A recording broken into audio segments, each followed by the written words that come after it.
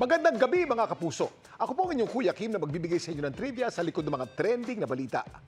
May tinakdang araw ang Simbahang Katolika para sa paghalal ng bagong Santo Papa, ang Papal Conclave. Pero bago makasaysay ang araw na ito, balikan muna natin ang ilang mahalagang Papal Conclave sa kasaysayan.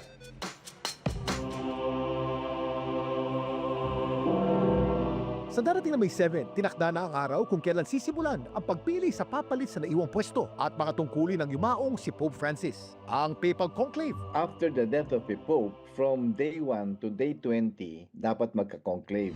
Ang conclave mula sa salitang Latin na cum clave, ibig sabihin with a key. Sa proseso kasing ito, ang mga kardinal magkukulong sa Sistine Chapel. Wala silang kontak sa labas habang sinasagawa ang paghalal sa bagong Santo Papa. Once the door is closed, wala nang istoryahan, wala nang discussion, tuloy-tuloy lang ng botohan. Meron silang balota na bibigay nila yung pangalan at saka pipirmahan nila. And then pa-fold nila, dalawang fold lang, pupunta sila doon, magdadasal sila, iuhulog nila doon sa lalagyan para malaking kalis. You must get 2/3 of the majority. Kapag wala raw nakakuha ng kinakailangan bilang ng boto, Sinusunog yung balota, nakalagay itim, nilagyan ng chemical to blacken yung papers. at kapag puti naman ang lalabas sa usok mula sa chimney ng Sistine Chapel, hudyat na ito na may bagong halal na lider, ang Simbahang Katolika. Habemus Papa. During the conclave, walang specific day ang sinasabi. Tuloy-tuloy yung botohan. Ang Papal Conclave na humalal sa tatlong pinakahuling Santo Papa ng simbahan, tumagal ng 2 hanggang 3 araw. Ang paghalal kay St. John Paul II mula October 14 hanggang October 16, 1978. Ang paghalal naman sa successor niyan si Pope Benedict XVI, nagsimula April 18 taong 2005 at nagtapos kinabukasan April 19. Samantala ang conclave naman na humalal kay Pope Francis, nagsimula March 12, 2013 at nagtapos ng March 13. Ang pinakamaiksing Papal Conclave naman nangyari noong October 1503. Tumagal lang ito ng ilang oras. Dito nahalal si Pope Julius II. Pero alam niyo ba na hindi lahat ng Santo Papa nahahalal ng ganito kabilis? Gaya na lamang ng pinakamahabang Papal Conclave sa kasaysayan. Ang Papal Conclave ni Pope Gregory X noong 1271 ang tinuturing na pinakamatagal na Papal Conclave sa kasaysayan ng Simbahang Katolika mula November ng 1268 hanggang September ng 1271. Wala kasi ni isang kardinal ang nakakuha na kinakailangan 2/3 ng boto. Kaya paulit-ulit ang naging botohan at tumagal ng 2 taon at 9 na buwan. Samantala, muling kinilala po ang inyong lingkod sa kakatapos lang ng 19 Gandingan Awards ng University of the Philippines, Los Baños. Salamat po sa lahat ng bumubuo ng UP Community Broadcaster Society sa pagkilalang ito. Batid namin ang napakahalagang papel ng mga broadcaster sa paghubog ng kaalaman ng ating mga manonood. Kaya makakaasa po kayo na mas lalo pa naming pag-uusayan at paghatid sa inyo ng kaalaman at trivia sa likod ng mga trending na balita. Dahil kimportante ang may alam, ako po si Kuya Kim at sagot ko kayo 24 oras. Magandang gabi mga kapuso. Ako po ang inyong Kuya Kim na magbibigay sa inyo ng trivia sa likod ng mga trending na balita. Nagulat ka makailan ng mga motorista sa Tansa, Cavite nang biglang nag-iba ang ihip ng hangin. Ano nga ba tawag sa malakas na hangin humagupit sa Tansa? Buhawi ba? Ipo-ipo? O iba pa? Naalarma kamakailan ng mga motorista sa Tansa, Cavite habang binabaybay kasi nila ang kalsadang ito. Ah, grabe! Videohan mo daw! Videohan mo? Ano yan? May biglang namuong Atras tayo, Be! Ay! Punta dito, Be! Ay! Nakuhawi yan, Be! buhawi. Jesus me! Jesus me! Jesus me! Sa kapal ng alikabok, halos wala nang makita sa kalsada. Ang grupong ito muntik nang mapatakbo sa takot. Baba muna tayo! Ay, meron pa! Meron pa! Nahuli kam naman ng dashcam ni na Kimberly ang pagsalubong ng sasakyan nila sa hagupit ng malalakas na hangin. Totoo naman pong mabuhangin po talaga doon. Wala na talaga kami makita sa daan. Malakas po talaga yung hangin nun. First time po. Nakuhawi yan, Be! Pero buhawi nga ba ang nanalasa kamakailan sa Tansa? Kuya Kim, ano na? May ilang nalilito sa buhawi at ipo-ipo. Sila ay hindi iisa. Iba ang buhawi sa ipo-ipo. Ang buhawi o tornado ay sirkulasyon ng hangin na papaminsala at nabubuo sa lupa. Kapag ang buhawi ay nabuo sa tubig, tinatawag itong ipo-ipo o water spout. Pero ayon sa Pag-asa, ang namataan sa Tansa hindi isang buhawi kundi downburst. Isa itong matinding pagbugso ng hangin na bumababa mula rin sa isang thunderstorm. Yung nangyari po doon sa malayo, meron pong napakalakas na thunderstorm, nagbabagsak siya ng malakas na hangin or yung tinatawag natin na downburst. Pagdaan sa kanila ng hangin, nagkaroon siya ng parang buhawi. Di tulad sa buhawi na paikot ang galaw ng hangin. Ang galaw ng isang downburst pababa mula sa ulap at kumakalat ito papalayo pagdating sa lupa. Dumaan siya horizontally, then tumama doon sa mga buhangin. Kaya ngayon, parang nagkagulo yung hangin. Kapag may mga downburst tayo or microburst, minsan pwede na itong padapain yung bahay, lalo na mahina yung pagkakagawa. Sakali mo magkaroon ng downburst, ano nga ba ang dapat gawin?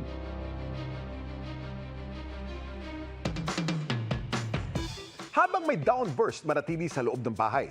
Lumayo sa mga bintana at pintuan dahil posible kang matamaan ng debris o lumilipad na bagay. At kung maaari, pansamantalang tumigil at huwag munang magmaneho. Maaari kasi mawala ng kontrol ng sasakyan sa lakas ng hangin.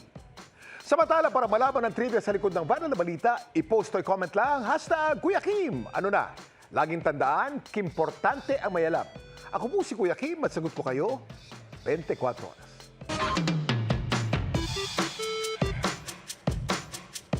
Magandang gabi mga kapuso. Ako po ang inyong Kuya Kim na magbibigay sa inyo ng trivia sa likod ng mga trending na balita. Marami ang napangiti at napanghiwi sa talento ng isang babae mula Cagayan. Kaya kasi niya magbukas ng bote ng soft drinks gamit ang kanyang bibig. Isang paalala, huwag na huwag gagayahin ang inyong mapapanood.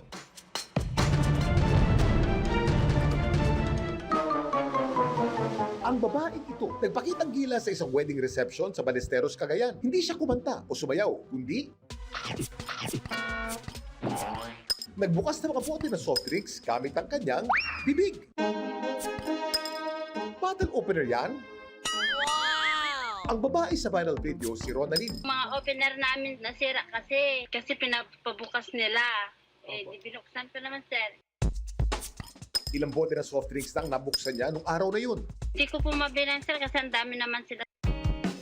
Ang pagbukas ng bote ng soft drinks gamit ang bibig, matagal na raw talent ni Ronaldin. At ang pinagpapasalamat niya, Okay naman yung ipin ko. Buo naman, wala naman na, sir.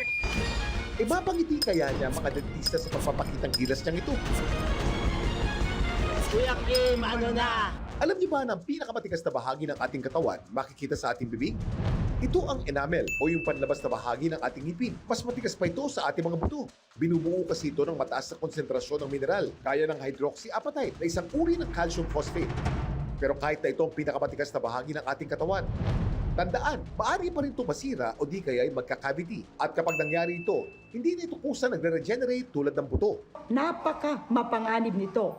Pag nabali ito, maputol siya, hindi na ito maikakabit pa. Paalala naman ng mga eksperto, ang pagbubukas ng bote ng soft drinks gamit ang bibig, lumang delikado sa ating ngipin at bibig. Maaari kasing mabali ang ngipin o di kaya ay mabasag ang enamel.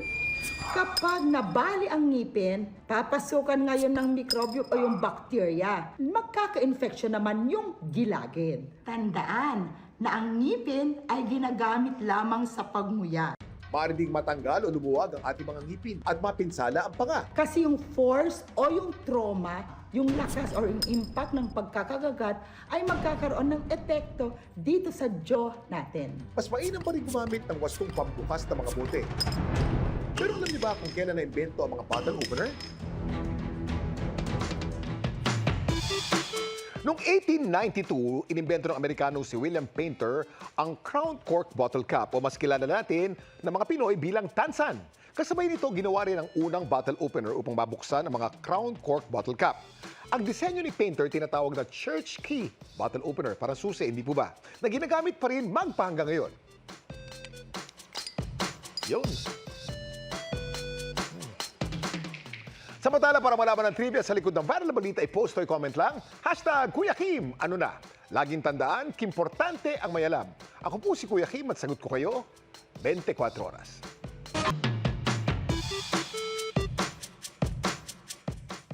Magandang gabi mga kapuso. Ako po ang inyong Kuya Kim na magbibigay sa inyo ng trivia sa likod ng mga trending na balita. Nagkabalyahan ang mga mamimili sa isang ukay-ukay shop sa Quezon Province. Handa ka rin bang makipagunahan, makipagsiksikan at maghalukay sa ngalan ng ukay-ukay? Halos magkapalitan na ng mukha ang mga mamimili sa ukay shop na ito sa Quezon Province. Nag-uunahan na makakuha ng mga bagong display ng mga damit. Ang ilan sa nakasabit na damit nagmistulang premyo at pabitin. Kalmahan lang, kalmahan lang. Oh, wag na magano, mga gamit, hoy!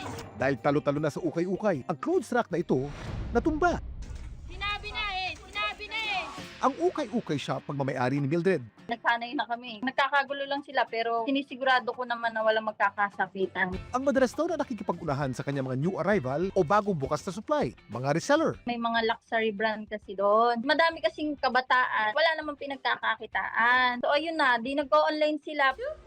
Ang mga branded na damit daw binibenta niya na 150 pesos. Pag in-online nila, nabebenta nila ng 1.5 hanggang 20,000 pag vintage yung item. Nang dahil sa kanyang ukay shop, si Mildred nakapagpundar na ng mga ari-arian. May sasakyan, ngayon nagpapatayo ako ng maliit na resort. Nakakatulong din siya sa marami niyang kabarangay. Kasi ginagawa nilang hanap buhay, ang ukay. Nakakatulong din ako sa ibang walang hanap buhay. Pero alam niyo ba kung paano nagsimula ang hilig nating mag-ukay-ukay? Kuya Kim, ano na? Alam niyo ba ng pag-uukay-ukay o thrifting sa Ingles nagsimula noong una pang panahon kung kailan ginagawa pa ang barter system? Ito yung sinaunang paraan ng kalakalan kung saan ang mga tao nagpapalitan ng produkto o serbisyo na hindi gumagamit ng pera. Noong 19th century naman, nagsimulang magsulputan ang mga thrift stores sa Amerika at Europa. Ang ukay-ukay culture naman dito sa Pilipinas, mas nakilala daw noong panahon ng mga Amerikano. Dahil nga ang Pilipinas ay madalas nasasalanta ng delubyo, naisipan ng mga dayuhan na tumulong dito na nga nagdagsaan yung mga ukay-ukay o yung segunda mano na tinatawag natin. Noong una, ang pananaw dito ay dahil nga isang mahirap na bansa yung Pilipinas, kaya nga naging tagatanggap tayo ng mga donasyon. Pero nagbago na raw ito dahil sa ilang issue gaya ng climate change, ang pagtangkilik sa mga segunda manong gamit naging paraan para mag-promote ng sustainability. Pag pupunta ka sa abroad, tinitignan din nila yung importansya ng recycling. Nag-evolve siya, naging mas maganda na yung kahulugan, mas conscious ang mga kabataan dahil sa sustainability. At alam niyo ba na maging ang tinuturing na pinakamalaking ukayan o thrift store sa mundo, may sinusulong ding advokasya?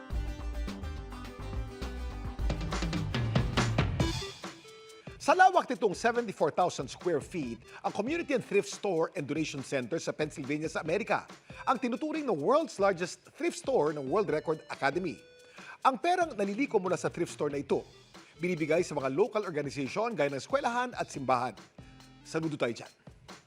Samantala, para malaman ang trivia sa likod ng viral na balita, i-post o i-comment lang, #Kuya Kim, ano na? Laging tandaan, kimportante ang may alam. Ako po si Kuya Kim at sagot ko kayo 24 oras.